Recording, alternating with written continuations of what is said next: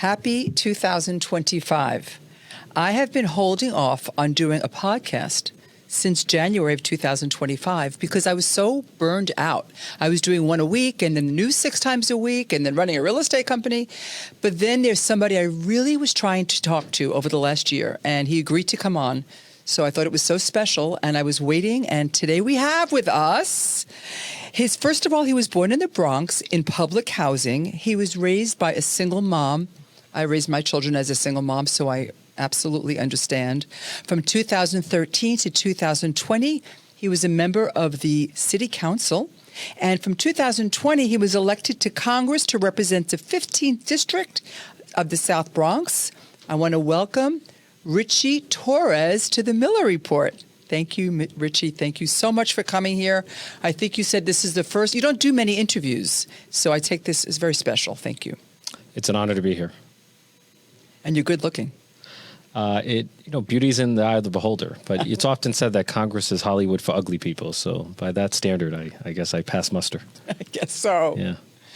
Well, on the Miller Report, we usually talk about real estate and politics. I'm sure you've listened to a lot of the things we discuss, and you're an expert in both. Yeah. So I want to start with the easy thing, which is real estate. There's so much conversation about this shortage of housing in New York. And what are your proposed solutions to addressing this housing shortage? What do you suggest? Let's just take it from the top. Well, there's no magic bullet, but we're facing the greatest housing affordability crisis since the Great Depression. And at the core of the crisis is an imbalance between supply and demand. The demand for affordable housing far exceeds the supply. We have to invest far more in the expansion of housing supply. We have to liberalize the zoning code to allow for the creation of more housing. But we also have to recognize the largest stock of affordable housing that we have in the city is rent-regulated multifamily housing, which is in a state of ever-deepening crisis. We've seen it's been struck by a perfect storm. Rapidly rising interest rates, declining rent collections, particularly during COVID, rent restrictions during the rent laws of 2019. All of these forces have conspired to destabilize multifamily housing, particularly in places like the Bronx. We've seen inflation in the insurance market, the liability insurance market, the property insurance market. And so there are properties that are underwater. There are properties that are no longer generating a sufficient net operating income to sustain their operations. And there are landlords who have taken tens of thousands of units offline because the cost of keeping those units offline is actually less than the cost of renovating them. Exactly, and they're hoping that maybe the laws will change. I mean, I think there's 80,000 warehoused apartments in New York that landlords would prefer to keep off the market than put on the market because they're concerned about being able to get their tenant out with the eviction issues, with the fact that their rents keep going. I mean, they're fixed, but their taxes and their common charges and the expenses keep going up. Yeah. And there's got to be some middle road here. How do we find the middle here? So, it is common for the city to enter into regulatory agreements when it comes to affordable housing buildings, right? And I would argue that we should take the same approach with respect to the units that have been taken offline. So, suppose you're a landlord who has taken offline 500 units. I feel like the city or the state of New York should go to you and offer you a tax abatement in exchange for bringing those units back online. It is much more cost effective to bring back online tens of thousands of units than it is to construct them anew. And so that's the approach I would take is a tax abatement that incentivizes owners. Or at least allow those people that have the apartments off the market that are warehousing them to get whatever the state allows on a voucher amount. So exactly. That would, because it makes no sense that for a voucher apartment you can get $2,700, but if you own a rent-controlled building you can get $500. Right, and if you allow landlords to access more of the Section 8 subsidy, you have the best of both worlds. The tenant continues to pay a deeply affordable rent, and the owner has sufficient operating income to sustain the property. Just staying on that, we all know there's some very bad landlords, and but there's also some bad tenants. And don't you think that the courts have leaned far too much towards against the landlords, where you can't get somebody out of your apartment, and all of these laws to make it very difficult for a landlord to offer their housing and to make any money in this business? For me, it's not obviously there are unscrupulous actors in every industry, including real estate, and we should hold those actors accountable. Mm-hmm. But, I approach housing policy not as a morality tale in which the tenants are always the heroes and the landlords are always the villains. I approach it as a matter of economics. Does a property have enough operating income to sustain its operations? But the housing court could take 1 year. So if somebody's not paying their rent for a year, why should a landlord have to keep paying their expenses while they're living in their person's apartment for a year? It takes too long. I think if there is a tenant who is gaming the system and willfully blowing his or her rent, then those tenants should be removed from their units, of course. Okay. Well, there's a centrist. You're a centrist. I'm not clear. Common sense. It's just common sense. Common right? sense. Yeah. That's why you're so well liked. And I appreciate your honesty about that. Speaking of that, another tough one that you're dealing with in New York, or this whole budget that's going on now, and I know you're speaking about it, and the migrant situation. Firstly, Donald Trump, we all are hearing, is sending back all of these illegals. In your opinion, where do we draw the line? Where do we draw the line about a kid that came here that was 10 years old and their parents never bothered to get their citizenship, and now the kid doesn't know anything about America? They've been here since they were born, or two. Where do you think we should draw the line on that? Look, there are those who think we should deport everyone. Right. And there are those who think we should deport no one. And I'm somewhere in between. I mean, if you are an undocumented immigrant who has no criminal history, who's been rooted here for a long time, who's contributing productively to our society and our economy, then I do believe you should be protected from deportation. But if you are a violent criminal, then you should be subject to deportation. So the first action that ICE took in New York City was in my district. Wow. And the target was a gang leader who committed an armed robbery. And so I publicly said, I'm in favor of deporting him because we want no criminals here in the Bronx. And if there are democratic socialists who want criminals in their neighborhoods, then they should open their homes to those criminals. But we want none of them in the Bronx. Well, it's going to take a long time for them to accomplish this. It could take years, as even at this pace. Meanwhile, they're here. How do you see the new administration funding this? Do you think we're going to get money for the migrants that are here? Because it's costing the city so much money. What do you think is going to happen with the budget and this? Well, the status quo is unsustainable. I mean, the city of New York has spent $10 billion on the migrant crisis in the span of 3 years, which is unsustainable. It's about a tenth of the whole city budget. And there are two issues. One is national, one is local. First, we have a broken immigration system. Which is not the state's fault. It's the fault of the federal government. Exactly. But the state is part of the problem, and I'll explain why. But we have a broken immigration system where anyone from anywhere on earth can cross the border, declare asylum, and then remain here indefinitely. And that is no longer sustainable. Like, there has to be standards by which you can seek asylum here in the United States.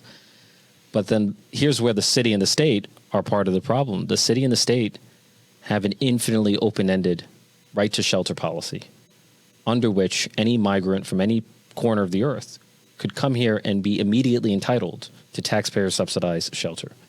Hotel rooms, debit cards. That is not something we can afford. And if you signal to the world that if you come to New York, you're going to receive free housing, well, that's a subsidy. And when you subsidize something, you get more of it. And an infinitely open-ended right to shelter policy is effectively a subsidy for mass migration. And so we have to rethink the right to shelter policy. It should be reserved only for long-term residents of New York. And it should exclude migrants because it has become a subsidy for mass migration. Are you working with other New York politicians across the aisle to solve this? I mean, I'm willing to partner with anyone, but there are a few people in New York who are willing to speak honestly about the fiscal impact of the right to shelter policy. And you think that's going to solve the issue? Nothing's going to solve the issue. We need money. But it's going to fundamentally improve the situation. Like we've seen the migrant crisis have a destabilizing impact on the finances and the shelter system and the social safety net of New York. And that's not something we can sustain indefinitely in the future. I like all your answers. Yeah. It's supposed to be a little more controversial here. You're just a lot of common sense. Let's move on to Israel, which is close to my heart. Firstly, you're not born Jewish. No, although I when I went to Israel for the first time, I jokingly said to an Israeli that I'm an Ethiopian Jew. And he replied, "You're not attractive enough to be Ethiopian." So I beg to differ. That was my experience with the bluntness of the Israeli people. So where did this come from? When was your first affinity for Israel and the Jewish people start? So February of 2025 actually marks my 10th year anniversary as a Zionist. I've been traveling to Israel for about 10 years. For much of my life, I had no knowledge or passion for the issue of Israel. I grew up in a community that had no real Jewish population. The community was almost exclusively Latino and African American. And so on the subject of Israel, I was a clean slate, a blank slate. And then I entered politics in 2014 as a city council member. I was invited by the Jewish Community Relations Council to go on a delegation to Israel. It was the first time I had an opportunity to travel abroad. And when you experience both the majesty and the complexity of Israel, it's life-changing. It's one of the most formative and transformative experiences I've ever had in my life. Going to the Old City, Yad Vashem, the Masada, the Gaza envelope. I remember speaking to the local mayor of Sderot in the Gaza envelope, who said that the majority of his children struggle with post-traumatic stress because families like his live under the threat of relentless rocket fire. I remember seeing bus stops doubling as bomb shelters. And I thought to myself, imagine the sheer trauma of a 5-year-old Israeli child seeking refuge in a bomb shelter while sirens are going off, rockets are being fired, adults are panicking in a state of pandemonium, and all of that happening not during wartime, but during peacetime, that it's part of the normal life in Sderot. I come from the Bronx, which is a rough neighborhood. I have constituents who live in fear of bullets and guns. But no one anywhere in the United States lives in fear of rockets or missiles. None of us worry that Mexico and Canada are going to fire rockets and missiles into American homes and communities. And so I came to realize early on that Israel faces a level of insecurity that has no equivalent in the American experience. And I tell colleagues who disagree with me, before you rush to judge Israel, you should actually go to Israel and meet with both Israelis and Palestinians, meet with both Israeli Jews and Israeli Arabs. Go to a place like Sderot, see the facts on the ground with your own eyes. And if you have an open heart and an open mind, I guarantee you that you will come to a view of Israel that is far more complex and far more nuanced than the cartoonish portrayal that percolates on college campuses and on social media platforms. Wow. Well, firstly, my parents are Holocaust survivors, so I want to personally thank you for not only coming on the show, but for your endorsement of this. And if you go to Israel, and I've been there dozens of times, firstly, there's no army.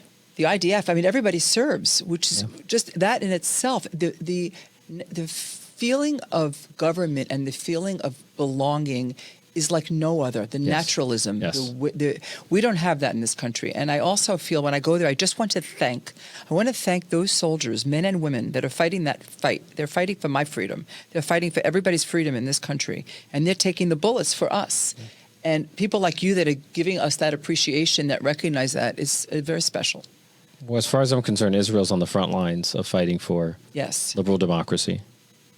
And it's one of the few liberal democracies on earth that's willing to fight for democracy. So what do you think of the hostage deal? Look, I feel it's a bad deal, but even a bad deal could be the right thing to do. It could be a tragic necessity. So the deal comes at a heavy cost. It comes at the cost of keeping Hamas in power and releasing terrorists who could plant the seeds of a repeat of October 7th. But the deal is a tragic necessity because we have to secure the release of the hostages. The hostages have been languishing in captivity for 15 months and counting. and you could only keep them in captivity for so long before you start endangering their lives. And do you think saving 80 people, because we don't know how many are alive, is at the expense of hundreds of criminals, murderers? You would do that deal? You think that deal is the right deal? It is not. What matters is not what I think. What matters is what the Israeli people think. It's a deeply personal decision. It's a dilemma in which there are no good options. The options are bad versus worse. Reasonable people of goodwill can disagree about which is bad and which is worse. But that's a decision to be left to the Israeli people. It's not my place to tell them, because this is not a simple calculation of strategic interests. There's a human element here that only the Israeli people can fully understand. Do you think this deal was at the result of Donald Trump or Biden? Both. I think President Biden laid the foundation for it, but it would not have been complete without Donald Trump. There's no question about it. And what do you think about Donald Trump's executive order to get rid of any of the protesters that were not citizens or that were burning flags, American and Israeli, and deport them?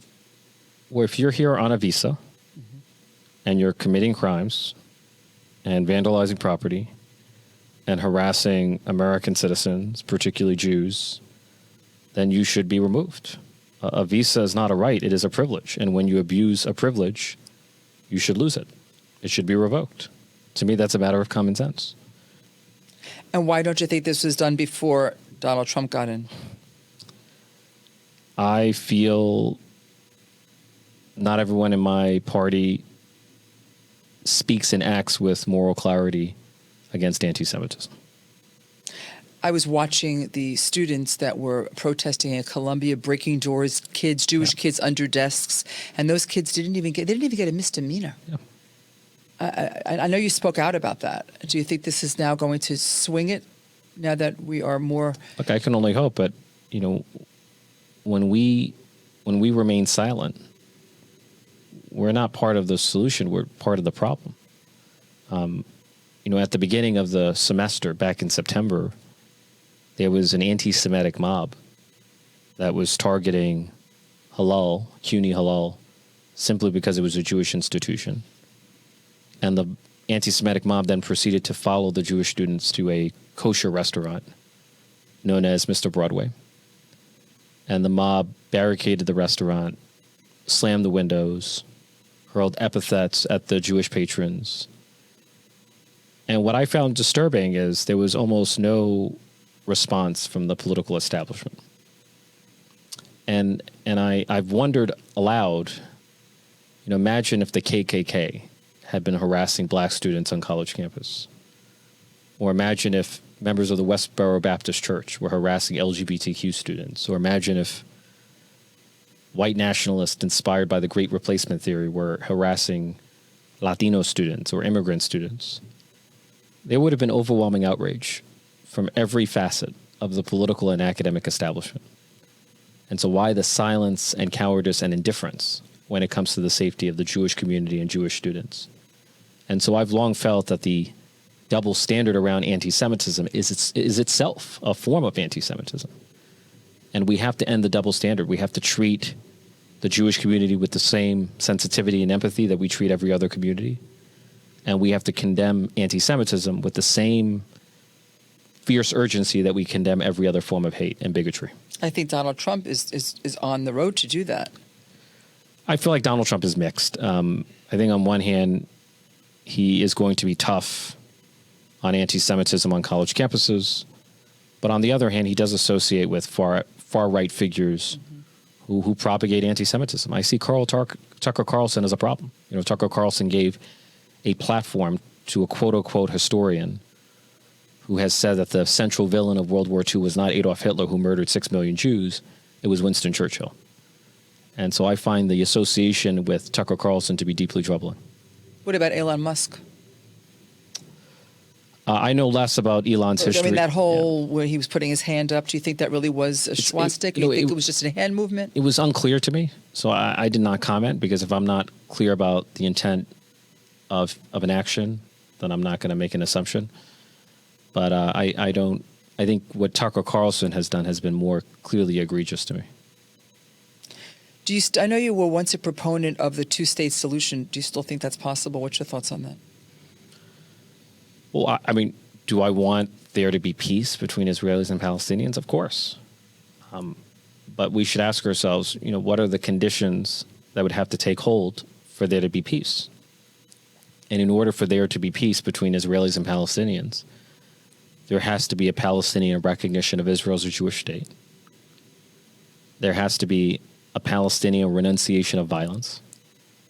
And there has to be a de-radicalization of the Palestinian national movement. And only then could a two-state solution become possible. And that all sounds great, but what's the first step? I mean, the onus is not on me. The onus No, I'm just saying, of course. I'm saying for them, what will be the first step? I think the first step is the right leadership, is removing Hamas from power. What about Iran? And replacing it with a regime that is able and willing to make peace with Israel. So you don't think Hamas should stay in power? You can either have Hamas in power or you can have peace. You cannot have both. And how much do you think Iran plays into this? Iran is the root of all evil in the Middle East. Wherever there is a failed state, whether it's Yemen or Iraq or Syria or Lebanon or even Gaza, you have the tentacles of Iran. Iran has been the singular driver of death and destruction in the Middle East. And you just saw that Donald Trump released, 2,000 bombs that we were holding. Do you think that that's just a scare for Iran, or do you think they're going to use them? What are you following that? Look, I mean, Israel's our ally. And we were holding them back. I've been crystal clear that the United States should unequivocally support Israel as it seeks to defend itself, in the wake of the deadliest state for Jews since the Holocaust. Like, Israel did not start the war. The war was imposed upon Israel by the barbarism and terrorism of Hamas. And I've been crystal clear from day one that Israel has a right to defend itself in the wake of October 7th, just like the United States had a right to defend itself in the wake of 9/11. For me, self-defense is the right and responsibility and raison d'etre of every nation state on earth. And Israel should never be an exception to the rule of self-defense. I just have to go back to this on a personal matter. It's not even part of my questions to you. It makes no sense to me. They started the war. They raped our children. And then they started to protest on our campuses. So it almost seemed like it was pre-planned with the same writing on the signs. And did you watch any of that? How did that happen so fast? Look, the BDS movement, the Free Palestine movement, is the most successful propaganda movement in the world. It is heavily funded by state sponsors of terror like Qatar. And one gets the impression that the agitators who are wreaking havoc on our college campuses and on the streets of New York are heavily funded by these foreign interests. So I feel like we have to take a hard look at the entanglement of higher education with foreign gifts. Can you expand on that? What do you mean it's so well funded? So the largest contributor of foreign gifts to American higher education is Qatar. The one that's negotiating the hostage deal? And Qatar is known to have heavily funded Hamas. I feel the United States should have a simple policy. If you are a foreign adversary of the United States, like China, Russia, North Korea, and Iran, or if you are a state sponsor of terror, like Hamas, then you should be prohibited from contributing foreign gifts to institutions of higher learning here in the United States. Like, why are we allowing foreign adversaries or state sponsors of terror to weaponize American institutions against America? There was a public school in Brooklyn where there was an after-school program that presented the students with an image of the Middle East where Israel was completely wiped off the map. And it turns out that program was funded by the Qatari International Foundation. Why are we allowing the Qatari International Foundation to play any role in shaping academic instruction in American classrooms? So you're saying they own us. They own the institutions. It's about money. I'm suggesting, it's often said that money corrupts politics. The same is true of education. Money can corrupt education. It's a lot to absorb. And you think this is all planned because they're so well organized, as you just said, the BDS movement? The BDS movement is the most successful propaganda campaign I've ever seen. I mean, it's become a powerful organizing tool, rhetorical tool on college campuses. Can you tell my listeners what that is? It's the boycott, divestment, and sanctions movement. And the name is brilliant because when you think of a boycott, what comes to mind is the civil rights movement. When you think of divestment, what comes to mind is the anti-apartheid movement in South Africa. When you think of sanctions, what comes to mind are rogue regimes. And so the BDS movement is able to associate itself with the civil rights movement and the anti-apartheid movement and associate Israel with rogue regimes that are normally the target of sanctions. It's a brilliant propaganda. And who's taking them down? Who's trying to expose them? Well, look, I would submit to you that BDS has no greater enemy in the United States Congress than yours truly. I mean, I've been an opponent of BDS, and I will continue to use my platform to expose the lie at the heart of BDS. I think Andrew Cuomo also is trying to expose that. I read something about him as well. I love Andrew Cuomo. No, I love the former Governor Cuomo, but I will claim to be number one. Got it. Well, let's talk about this local politics. Let's go on to that. And public safety is the really big issue, and everybody that's running is all about that. What are your thoughts about the current situation as it is, and where are we in that, and how do we improve that? Well, notice that more mayoral candidates are calling for the hiring of more police officers, which I fully support. But here's the problem. What is the point of hiring more police officers? To arrest people who are then released. Who then can't go to jail. Who are then released. Right. Like, the problem is that New York State has a practice of releasing repeat violent offenders, which has predictably led to a cycle of repeat violent reoffending. Since bail reform, over the course of the last 6 years, there has been a nearly 150% rise in the number of repeat offenders for felony assaults, more than 80% for robberies, more than 70% for grand larceny, more than 60% for shoplifting, more than 60% for burglaries. And I'll cite one concrete example. The case of Jamar Banks, who stabbed 2 people on New Year's Day and who had 54 priors. He had 54 priors, including an attempted murder, a shooting, multiple stabbings, multiple acts of domestic violence, thousands of dollars in theft. The average New Yorker is wondering, how could someone whose criminal history include an attempted murder be sent back onto the streets? You tell me. And here's the problem. New York is the only state in the country bail reform where judges are prohibited from considering the public safety risk of repeat offenders and violent offenders. I think they said 30% of all of the violence or criminal activities are by the same people. A small subset of repeat offenders are driving a disproportionate share of violent crime. The NYPD identified 3 people who collectively were responsible for 300 cases of theft. And do you think that Donald Trump's idea of are these people illegal migrants? Most of them are legal citizens. Most of them are legal citizens. But I feel like if you're a non-repeat or non-serious offender, then you should be released, right? So what is the answer? No, if you are a repeat or a serious offender, you should go to jail. You should be remanded. So how do we accomplish that? We have to get rid of bail reform. We have to reform bail reform. We have to empower judges to consider the public safety risk of repeat offenders and violent offenders. But it's not enough to change policy. We have to improve the quality of the judges we have in New York. Without you need city council. No, it's mostly. I mean, some of the judges are elected. Some of them are appointed by the mayor. But there are judicial activists who are releasing violent criminals back onto the streets because of their far left ideology. I read only 23% of the New York population voted in the last election. And that is the biggest issue. People, they're apathetic. They just leave. They get fed up. And the people that are here they're not well educated and they don't really read. And the people that would make a difference have left. Look, the public is cynical about politics, and there's a common refrain. Why should I vote if not going to make a difference? My vote makes no difference. But I feel like if we do nothing, then nothing will change. Like if we do not care enough, if we as New Yorkers do not care enough about New York to fight for New York, no one else will.